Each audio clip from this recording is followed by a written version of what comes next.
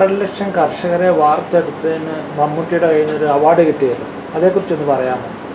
Award കിട്ടിയത് 2018 Kairali TV ജ്വാല അവാർഡായിരുന്നു. Vertical vegetable കൃഷി കണ്ടുപിടിച്ചതിനും ഒരുപാട് സംരംഭരെ വളർത്തിയെടുത്തതിനും കിട്ടിയ ഒരു അവാർഡായിരുന്നു അത്. പിന്നെ അതിനുശേഷം കർഷകശ്രീ മാഗസിനിൽ വന്നായിരുന്നു. മാഗസിനിൽ വന്നിട്ടാണ് ആൾക്കാർ നമ്മളെ വിളിക്കുകയും നമ്മൾ ഉപദേശങ്ങൾ പറഞ്ഞു കൊടുക്കുകയും ഇവിടെ വന്ന് നമ്മൾ ചെയ്യുന്ന മേഖലകളെല്ലാം പറഞ്ഞ് പഠിപ്പിച്ചു കൊടുക്കുകയൊക്കെ ചെയ്തത്. ഇവിടെ നമ്മൾ ചെടികൾ നട്ടുപിടിപ്പിക്കുന്നതും ഒരു 100 രൂപയുടെ ഒരു ചെടി ഉണ്ടെങ്കിൽ അതിൽ എത്ര ഇലകളുണ്ടോ അത്രയും ഇലകൾ കൊണ്ട് അടുത്ത 100 രൂപ ഉണ്ടാക്കുന്നത് എങ്ങനെയാണെന്നുള്ള രീതിയും ആ 100-ന്ന് ഒരു പകുതിയാക്കിക്കൊണ്ട് 50 രൂപയ്ക്ക് വിൽക്കാൻ പറ്റുന്ന രീതികൾ അങ്ങനെയുള്ളതാണ് പഠിപ്പിച്ചു കൊടുക്കുന്നത്. അപ്പോൾ അധികം പൈസ ഇല്ലാതെ നമുക്ക് സംരംഭങ്ങൾ തുടങ്ങാം. നഴ്സറികളായിട്ട് തുടങ്ങി വെക്കാം. ഒരു നഴ്സറി ആയിട്ടൊന്നും വിപുലീകരിച്ചെടുത്തില്ലെങ്കിലും ഒരു 500 രൂപ 1000 രൂപ ഡെയിലി വരുമാനം കിട്ടുന്ന ഒരു മേഖലയിലേക്ക് നമുക്ക് വീട്ടിലുള്ളവരെ നമുക്ക് ആനയിക്കാനായിട്ട് പറ്റും. ഇപ്പം ശരിക്കും പറയുകയാണെങ്കിൽ എല്ലാവർക്കും തന്നെ ജോലികളില്ല. ലോക്ക്ഡൗൺ സമയത്തൊക്കെ എല്ലാവരും തന്നെ ഒരുപാട് ബുദ്ധിമുട്ടിയ സമയങ്ങളായിരുന്നു. ആ സമയത്തൊക്കെ ഓൺലൈൻ മാർക്കറ്റിംഗ് ചെയ്യാൻ വേണ്ടിയിട്ട് പറഞ്ഞ് പഠിപ്പിച്ചു കൊടുത്തു. വീടുകളിലല്ലോ, ഇപ്പോൾ ഓൺലൈൻ ആണെങ്കിൽ നമ്മൾ ഫേസ്ബുക്ക് വഴി നമ്മൾ ഇത് ചെടികൾ ഫോട്ടോ അയക്കുന്നു. അത് ചെടികൾ വേണമെന്നുണ്ടെങ്കിൽ കൊറിയർ ചാർജ് ഉൾപ്പെടെ നമുക്ക് മേടിക്കുന്നു. ഡെയിലി ഒരു 500 രൂപ. അപ്പം നമുക്ക് കിട്ടുന്ന ഒരു മേഖല, അപ്പോൾ ഒരു ജോലിക്ക് പോയാലും ഒരു 500 രൂപയാണ് ഡെയിലി ലേഡീസിന് കിട്ടുന്നത്. അപ്പോൾ അതിൽ കൂടുതൽ ഒരു വരുമാനം ഉണ്ടാക്കിയെടുക്കാൻ, ഒരു 1000 രൂപയിൽ കുറയാതുള്ള വരുമാനം ഉണ്ടാക്കിയെടുക്കാൻ സ്ത്രീകൾക്ക് വീട്ടിലെ ജോലികളും കഴിഞ്ഞ് വീട്ടിലിരുന്ന് ചെയ്യാവുന്ന മേഖലയാണ് പഠിപ്പിച്ചു കൊടുത്തത്. ടെക്നോളജി പറഞ്ഞു കൊടുത്താൽ നമ്മുടെ ടെക്നോളജി പോയില്ലേ? ശരിക്കും പറയുകയാണെങ്കിൽ ഞാനിത് തന്നെത്താൻ ഓരോന്നും കണ്ടുപിടിച്ചെടുക്കുമായിരുന്നു. കണ്ടുപിടിച്ചെടുത്ത് എനിക്കങ്ങനെ പറഞ്ഞു തരാൻ ആരും ഉണ്ടായിരുന്നില്ല. പക്ഷേ അതേ സമയത്ത് എല്ലാവരും നമ്മളെപ്പോലെ തന്നെ ആയി വരാൻ വേണ്ടിയിട്ട് മനുഷ്യത്വമല്ലേ വലുത്. ശരിക്കും പറയുകയാണെങ്കിൽ ഈ 2.5 ലക്ഷത്തിലധികം ആൾക്കാർ കയറി എന്നുള്ളതിനെ സംബന്ധിച്ചാണ് പിന്നീട് കിട്ടിയ അവാർഡുകൾ മുഴുവൻ. അപ്പോൾ ശരിക്കും പറയുകയാണെങ്കിൽ ഞാൻ കാരണമല്ല, അവരൊക്കെ ഇതുപോലെ കര കയറിയത് കൊണ്ടാണ്. ഞാൻ പറഞ്ഞു ഞാനൊരു മേൽനോട്ടം ഒന്ന് വഹിച്ചു എന്നുള്ളതല്ല, അല്ലെങ്കിൽ ഒരു വലത് കൈ വെച്ച് ഒന്ന് കയറ്റി വിട്ടു എന്നുള്ളതല്ലാതെ അതിലപ്പുറം ഞാനൊന്നും ചെയ്തിട്ടില്ല. ബാക്കിയെല്ലാം അവരുടെ പരിശ്രമം തന്നെയാണ്. തീർച്ചയായിട്ടും ഫ്രീ ആയിട്ട് എനിക്കറിയാവുന്ന കാര്യങ്ങൾ തീർച്ചയായിട്ടും പറഞ്ഞ് പഠിപ്പിച്ചു കൊടുക്കും. ഒരുപാടുണ്ടായിരുന്നു. 2020 വീണ്ടും മനോരമ കർഷകശ്രീയിൽ വന്നിരുന്നു. അതിനുശേഷം നിരവധി ആൾക്കാരാണ് ഫോണിൽ കൂടെ ഉപദേശങ്ങൾ ചോദിക്കുകയും നമ്മൾ പറഞ്ഞു കൊടുക്കുകയും ഇവിടെ വീട്ടിൽ വരികയും പറഞ്ഞ് പഠിപ്പിച്ചു കൊടുക്കുകയും എല്ലാം ചെയ്തത്. ഇവിടെ എത്ര ചെടികളുണ്ട്? എത്ര ടൈപ്പ് സ്പീഷീസ്? എല്ലാ വെറൈറ്റി ചെടികളും നമുക്കുണ്ട്. വെറൈറ്റി 2000-ലൊക്കെ അധികം വെറൈറ്റീസുകളുണ്ട്. നമ്മൾ മണ്ണൂത്തി പോലുള്ള സ്ഥലങ്ങളിൽ നിന്ന് പിന്നെ നമുക്ക് കിട്ടുന്ന എവിടെയാണോ വെറൈറ്റി, നമുക്കില്ലാത്ത വെറൈറ്റി എവിടെ എന്ത് വില കൊടുത്തും മേടിക്കുക. എന്നിട്ട് അതിനെ നമ്മൾ റീപ്ലാന്റ് ചെയ്ത് റെഡിയാക്കി പൈസ വളരെ കുറച്ച രീതിയിൽ ആൾക്കാർക്ക് കസ്റ്റമേഴ്സിന് വിൽക്കുക. അങ്ങനെയാണ് നമ്മൾ ചെയ്യുന്നത്. ബഡ്ഡിങ്ങും പഠിപ്പിക്കുന്നുണ്ട്. ഒട്ടിക്കൽ രീതി പറഞ്ഞ് പഠിപ്പിക്കുന്നുണ്ട്. ഒരു പ്ലാന്റിൽ നിന്ന് എന്തുമാത്രം ചെടികൾ ഉത്പാദിപ്പിച്ചെടുക്കുക എന്നുള്ളതാണ് മെയിനായിട്ട് പഠിപ്പിച്ചു കൊടുക്കുന്നത്. ഇപ്പോൾ ശരിക്കും പറയുവാണെങ്കിൽ ആഫ്രിക്കൻ വയലറ്റ് പോലുള്ള ചെടികളാണെങ്കിൽ ഒരു 20 ഇല അതിലുണ്ടെങ്കിൽ 20 ഇലയും 20 തൈകളാക്കി മാറ്റാവുന്ന രീതികളാണ് പറഞ്ഞു കൊടുക്കുന്നത്. അതുപോലെ ഏതൊക്കെ ചെടികളിൽ നിന്ന് ഇലകൾ നട്ട് കഴിഞ്ഞാൽ കിളുക്കും, അല്ലെങ്കിൽ കമ്പുകൾ എങ്ങനെ അഗ്ലോണിമ പോലുള്ള വില കൂടിയ ചെടികളുണ്ട്, അതേന്ന് എങ്ങനെയാണ് കൊച്ചു തടകളാക്കി നമ്മൾ തൈകൾ പിടിപ്പിച്ചെടുക്കുന്നത് എന്നുള്ള കാര്യങ്ങളാണ് പറഞ്ഞു പഠിപ്പിച്ചു കൊടുക്കുന്നത്.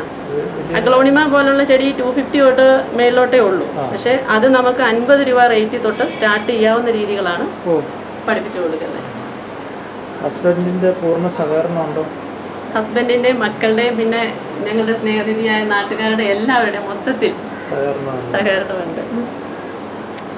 എല്ലാവരും ഒരു കൂട്ടായിട്ട് പോകുന്നതുകൊണ്ടും പിന്നെ ഇത്രയധികം ആൾക്കാരിങ്ങനെ വളർന്നു വരുന്നത് കൊണ്ടും സ്വന്തം കാലിൽ നിൽക്കാൻ അവർ പ്രാപ്തരാകുന്ന നമുക്ക് വലിയൊരു അഭിമാനമാണത്.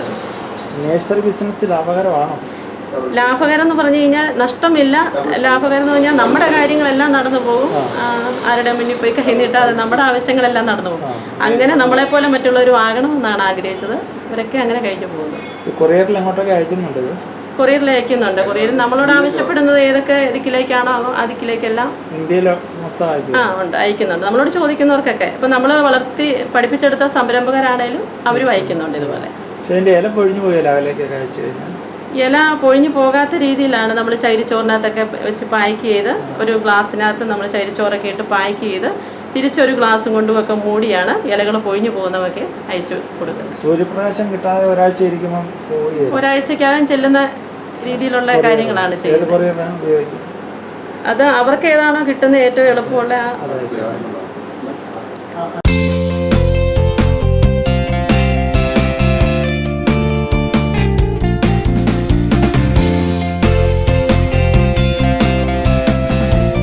തേടി വന്ന നമ്മളെ വിളിച്ചിരിക്കുന്ന ആൾക്കാരെന്ന് പറഞ്ഞു കഴിഞ്ഞാൽ ഒരു ഗതിയും അതുപോലെ ബുദ്ധിമുട്ട് അനുഭവിച്ച ഒരു മാനസികമായിട്ടുള്ള വേദന അനുഭവിച്ച ആൾക്കാരും എന്തിനാ ജീവിതമാർഗം ഒന്നുമില്ല ആത്മഹത്യ ചെയ്യാൻ അങ്ങനെയുള്ള രീതി വന്ന ആൾക്കാർ വരെ ഉണ്ട്. 86 വയസ്സുള്ളവർ വരെ എൻ്റെ സംരംഭം ഞാൻ പഠിപ്പിച്ചു കൊടുത്ത ഇതിലുണ്ട്. കാരണം 86 വയസ്സുള്ളവരെന്നൊക്കെ പറയുമ്പോഴത്തേനും ശരിക്കും പറയുകയാണെ മക്കളൊക്കെ വെളിയിലാണെങ്കിലും അവർക്കൊക്കെ മക്കളുടെ നിന്ന് പൈസ മേടിക്കാനുള്ളൊരു ബുദ്ധിമുട്ട്, നല്ല ജോലിയിലൊക്കെ ഇരുന്നിട്ട് അപ്പോൾ സ്വന്തമായിട്ട് ഒത്തിരി ടാബ്ലറ്റ്സും ഒക്കെ കഴിക്കുന്ന ആൾക്കാരായിരിക്കും പലവിധ അസുഖങ്ങളല്ല. അപ്പോൾ സ്വന്തമായിട്ട് ഇത്രയും നാളും പൈസ സമ്പാദിച്ചിട്ട് ഒരാവശ്യം വരുമ്പോൾ ഒരു സെർവൻ്റൊക്കെ കൊടുക്കാൻ ഒരു 500 താ മോനെ എന്ന് പറയാനുള്ള അവരുടെ ഒരു മാനസികാവസ്ഥ ഒരു ബുദ്ധിമുട്ടുണ്ടാക്കുന്നുണ്ട് വെറുതെ ഇരിക്കുന്ന ആ ഒരവസരത്തിൽ. അപ്പോൾ അങ്ങനെയുള്ളവർക്ക് വരെ മണ്ണിൽ ഒത്തിരി കിടന്ന് കഷ്ടപ്പെടാതെ ഓർക്കിഡ് അങ്ങനെയുള്ള കാര്യങ്ങളെല്ലാം പഠിപ്പിച്ചു കൊടുക്കുന്നുണ്ട്. കാലാവസ്ഥാ വ്യതിയാനത്തിന് ഇത് വലിയൊരു സംഭാവനയാണ് ഈ ഇതുപോലെ ചെടികൾ സ്പ്രെഡ് ചെയ്യുന്നത്. തീർച്ചയായിട്ടും കാലാവസ്ഥാ വ്യതിയാനം ശരിക്കും പറയുകയാണെങ്കിൽ ഇപ്പോഴത്തെ ഒരു വളരെ എന്താ പറയുക മഴ കുറവുള്ളതും ചൂട് വന്നു കഴിഞ്ഞാൽ അധികം ചൂടായിട്ട് വരുന്നതൊക്കെ ആ ഒരു വ്യത്യാസങ്ങളാണുള്ളത്. അപ്പോൾ അതനുസരിച്ചുള്ള ഇപ്പം ചൂടുകാല സമയത്താണെങ്കിൽ ചൂട് കൂടുതൽ ലഭിക്കേണ്ടതായിട്ടുള്ള ചെടികൾ വളർത്തിയാണ് നമ്മൾ പിടിപ്പിക്കുന്നത്. നമ്മൾ ആൾക്കാരോടും അത് തന്നെയാണ് പറഞ്ഞു കൊടുക്കുന്നത്. ബൊഗൈൻവില്ല പോലുള്ള ചെടികൾക്കൊക്കെ വെയിൽ നല്ലതായിട്ട് വേണം, സൂര്യപ്രകാശം വേണം. അപ്പം വേനൽക്കാലം വരുമ്പോഴത്തേന് അതിന് കൂടുതൽ ഇത് കൊടുക്കുന്നു, നമ്മൾ പ്രസ് കൊടുക്കുന്നു. പിന്നെ തണുപ്പ് കാലം വരുമ്പോഴത്തേനെ അതനുസരിച്ചുള്ള ചെടികൾ കൂടുതൽ ഉൽപ്പാദിപ്പിക്കാൻ വേണ്ടി പറഞ്ഞു കൊടുക്കുന്നു. കാരണം ഏത് സമയത്ത് എന്താണ് മൂവിങ് എന്നുള്ളത് നമുക്ക് മനസ്സിലാക്കാൻ പറ്റുന്നുണ്ടല്ലോ. അപ്പോൾ 12 വർഷക്കാലമായി നഴ്സറി തുടങ്ങിയിട്ട്. ഇൻഡോർ പ്ലാന്റ്സും ഇല്ലേ? എല്ലാം ഉണ്ട്. ഇൻഡോർ പ്ലാന്റ്സ് ഉണ്ട്, ഓർക്കിഡ്സ് ഉണ്ട്, ഫലവൃക്ഷ തൈകളുണ്ട്, പച്ചക്കറി തൈകളുണ്ട്, ചക്കയുണ്ട്, പ്ലാവ്, എല്ലാ ഐറ്റവും ഉണ്ട്. ഫലവൃക്ഷങ്ങളുടെ എല്ലാ ഐറ്റവും നമ്മൾ വിൽപ്പനയിലുണ്ട്. പ്ലാവ് ഏതൊക്കെയായിട്ടാണ് ഉള്ളത്? പ്ലാവിൻ്റെ വിയറ്റ്നാം മെർലി ഉണ്ട്, അയർജാക്കിൻ്റെ, പിന്നെ നമുക്ക് ചെമ്പരത്തി വരിക്കയുണ്ട്, തേൻമരിക്ക, മുട്ടൻ മരിക്കയുണ്ട്, പിങ്ക് പ്ലാവുണ്ട്. വിയറ്റ്നാം സൂപ്പർ എയർലിക്കൊക്കെ എന്നാ വില വരുന്നത്? 175 രൂപ തൊട്ടുണ്ട്. കുറവാണല്ലോ. പിന്നെ ഒറിജിനൽ സാധനങ്ങളായിരിക്കും നമ്മൾ കൊടുക്കുക. കാരണം എന്നാ ചോദിച്ചു കഴിഞ്ഞാൽ ഇത് വീടും നഴ്സറിയും കൂടി ആയതുകൊണ്ട് കറക്റ്റ് ആൾക്കാർ ഇങ്ങോട്ട് തന്നെ വരും. അപ്പൊ അതുപോലെ അവർക്ക് ഒരു വിശ്വാസം വേണമല്ലോ. തെങ്ങുണ്ട്.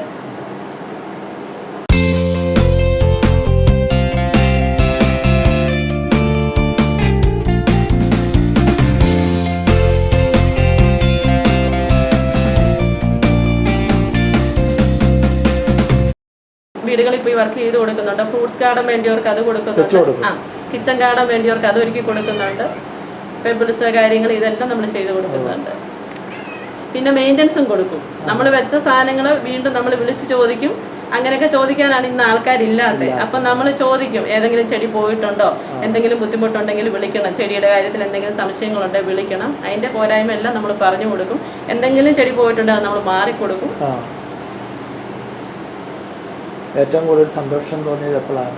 ഏറ്റവും കൂടുതൽ സന്തോഷം തോന്നി ശരിക്കും ഇത്രയധികം അവാർഡുകൾ കിട്ടിയിട്ടുണ്ട്. പക്ഷേ ഏറ്റവും കൂടുതൽ സന്തോഷം തോന്നിയത് ഇത്രയും ജനങ്ങളുടെ ഹൃദയങ്ങളിൽ കയറി പറ്റുക എന്നുള്ള വലിയൊരു സംഭവമാണ്. തീർച്ചയായിട്ടും ഞാൻ പിന്നെ എണ്ണാറേയില്ല. ഇടയ്ക്കൊക്കെ എല്ലാവരും തന്നെ വിളിക്കും. പക്ഷെ ഇപ്പോഴും ആൾക്കാർ വന്നുകൊണ്ടിരിക്കുകയാണ്, വിളിച്ചുകൊണ്ട് ഇരിപ്പുണ്ട്. അവർക്ക് എല്ലാ സംശയങ്ങളും പറഞ്ഞു കൊടുക്കും സമയം കണ്ടെത്തി തന്നെ.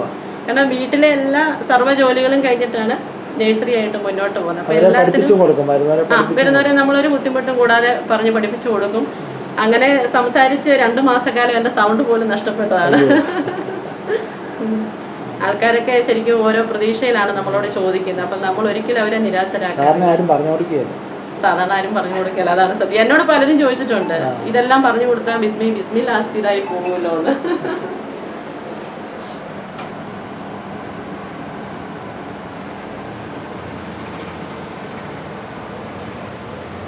കർഷകശ്രീ അവാർഡ് എത്ര പ്രാവശ്യം കിട്ടി? കർഷകശ്രീ അവാർഡ് ആയിട്ട് കിട്ടിയിട്ടില്ല. 25 ഫസ്റ്റ് അവാർഡ് കൈരളി TV ജ്വാല വിന്നർ അവാർഡായിരുന്നു. ഫസ്റ്റ് സ്റ്റോറി വന്നത് അതാണ്, കവർ ചിത്രമാണ് വന്നത്. ഇതാണ് ഫസ്റ്റ് അവാർഡിന്റെ. അതിന്റെ ഇതാണ് കിട്ടിയത്. ജ്വാല അവാർഡിന്റെ ഇതും ബുക്ക് ചെയ്ത യുവ സംരംഭക എന്നുള്ള 2018.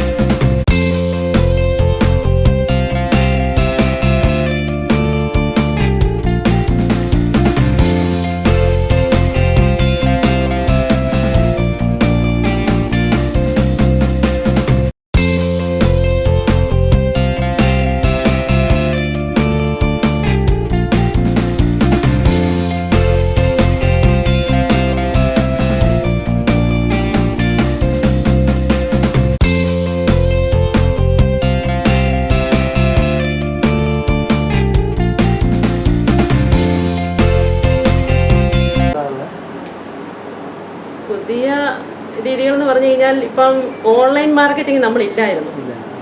അതിനു മുന്നേ ലോക്ക്ഡൗണിന് മുന്നേ നല്ല സെയിലും കാര്യങ്ങളും ഒക്കെ ആയിരുന്നു. ഡെയിലി നല്ല വരുമാനമായിരുന്നു. അതിനുശേഷം ഈ ലോക്ക്ഡൗൺ സ്റ്റാർട്ട് ചെയ്തപ്പോഴേ എന്നെപ്പോലെ തന്നെ ഞാൻ വളർത്തിയെടുത്തവരും ആകെപ്പാടെ പരിങ്ങലിലായി. അപ്പം ഞാൻ പറഞ്ഞു, നമ്മളിപ്പോൾ ഒരു ജോലിക്ക് പോയാൽ കിട്ടുന്ന എത്രയാണ്? 500 രൂപ. അപ്പോൾ നമുക്ക് വീട്ടിലിരുന്ന് അതെങ്ങനെ ഉണ്ടാക്കിയെടുക്കാം? അതിനാണ് ഓൺലൈൻ മാർക്കറ്റിങ് പഠിപ്പിച്ചു കൊടുത്തത്.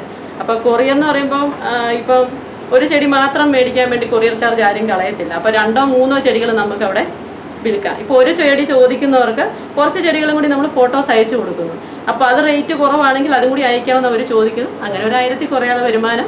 അങ്ങനെയാണ് ആ കർഷകരെ, നമ്മളോട് ചേർന്ന് നിന്ന കർഷകരെ എല്ലാം വീണ്ടും ഇതുകൊണ്ടൊന്നും നമ്മൾ പിന്നോട്ട് പോകാൻ പാടില്ല, മുന്നോട്ട് തന്നെ പോകണം എന്നുള്ള പറഞ്ഞു കൊടുത്തത്.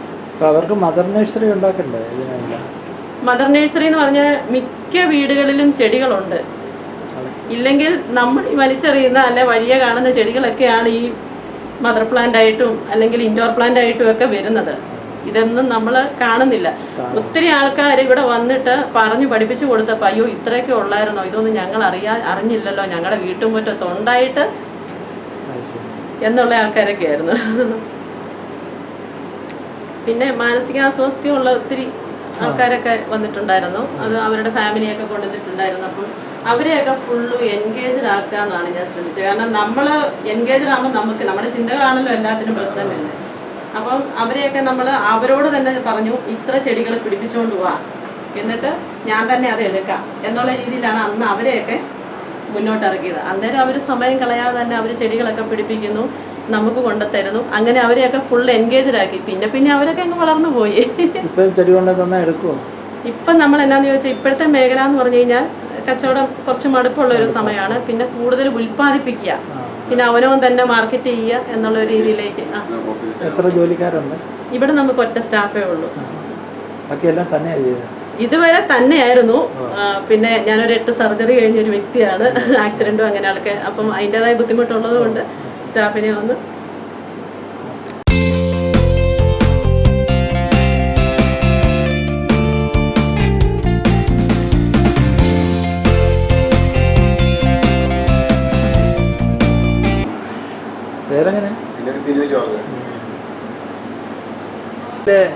ഹെലികോപ്റ്റർ സ്റ്റാർട്ട് ചെയ്യുന്ന ടെക്നോളജി അങ്ങേക്ക് മാത്രമേ അറിയാവുള്ളൂ എന്ന് പറയാം, ശരിയാണ്?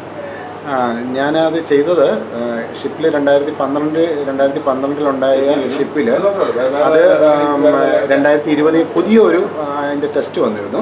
അപ്പോൾ ആ ടെസ്റ്റിൽ പഴയ 2012 രീതിയിലുള്ള ടെസ്റ്റ് പാസ്സാകാതെ വന്നു കഴിഞ്ഞപ്പോൾ നിലവിൽ ഷിപ്പിലുണ്ടായിരുന്ന ആ സിസ്റ്റം തന്നെ 2020 തൊട്ട് ഇങ്ങോട്ട് ശരിയാക്കാൻ വേണ്ടി റെഡിയാക്കിയത് ഞാനാണ്. ആ സെയിം സിസ്റ്റം തന്നെ, അത് മാറ്റാതെ പഴയ സാധനം തന്നെ വെച്ച് പുതിയ ടെസ്റ്റ് പാസ്സാക്കിയത് ഞാനാണ്. മറ്റക്കര പോളിടെക്നിക്കലിൽ ഞാനൊരു അവിടെ രണ്ട് വിമാനവും ഉണ്ടായിരുന്നു. അതിൽ ഒരു ഗുഡ്സ് വിമാനം ഉണ്ടായിരുന്നു, 2 പേര് യാത്ര ചെയ്യുന്നൊരു വിമാനം ഉണ്ടായിരുന്നു. ആ 2 വിമാനത്തിൻ്റെയും വേണ്ടിയിട്ട് ഒരു GPO ഉണ്ടായിരുന്നു. ആ GPO ടെസ്റ്റ് പാസ്സാകാതെ വന്നു കഴിഞ്ഞപ്പോൾ തന്നെ ഞാനാണ് ആ GPO സ്റ്റാർട്ട് ചെയ്തത്. നേവിയിൽ നിന്ന് ആൾക്കാർ വന്നാണ് അതിൻ്റെ ടെസ്റ്റ് പാസ്സാക്കാൻ വന്നത്. വന്നു കഴിഞ്ഞപ്പോഴത്തേന് അതിന് ഹെൽപ്പ് ചെയ്യാൻ അതിൻ്റെ കൂട്ടത്തിൽ വർക്ക് ചെയ്യാൻ പറ്റിയത് ഞാനാണ്.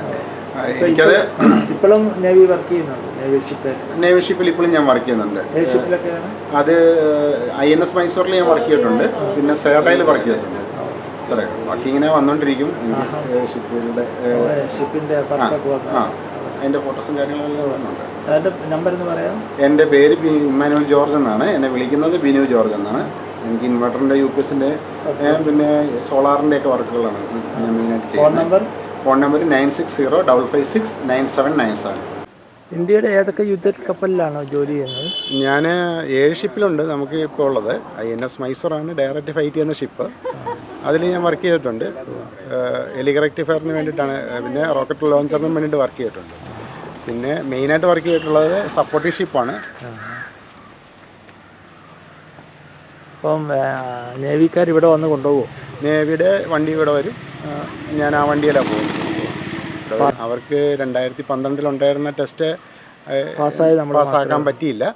അപ്പോൾ ഞാനൊരു പ്രത്യേക രീതിയിലുള്ളൊരു മെത്തേഡ് ഉപയോഗിച്ചിട്ടാണ് അതിന് പാസ്സാക്കി. ഞാൻ ഇൻവെർട്ടർ UPS അല്ലെ സോളാറിൻ്റെ MPPT അങ്ങനെയുള്ള ചാർജ് കൺട്രോളൊക്കെ ഡിസൈൻ ചെയ്യുന്ന ഒരാളാണ്. അപ്പോൾ അതുകൊണ്ട് എനിക്ക് അങ്ങനെയുള്ളൊരു ചാർജ് കൺട്രോൾ ഒരു 12 വോൾട്ടിൻ്റെ ഒരു സപ്ലൈ ഉണ്ടാക്കാൻ, അല്ല 24 വോൾട്ട്